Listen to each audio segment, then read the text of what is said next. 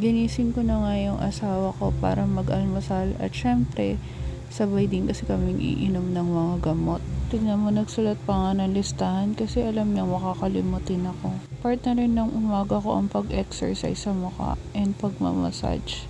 Tinutulungan din ako ng asawa ko para sa pagmamassage ng mukha ko para daw madaling makarecover.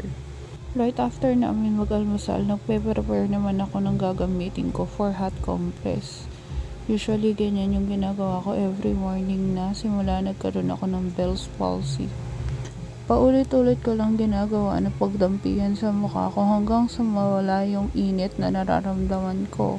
So, hindi lang ako yung inaalagaan ni Dad, pati si Chamboy kasi nga nagkaroon din siya ng tonsillitis. Ang aga-aga kasi tumakas tong bata na to tapos naligo sa ulan.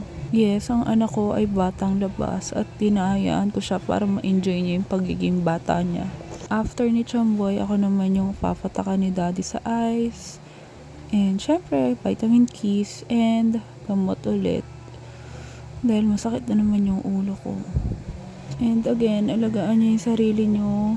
Huwag abusuhin. At hanggang dito na lang muna. Bye!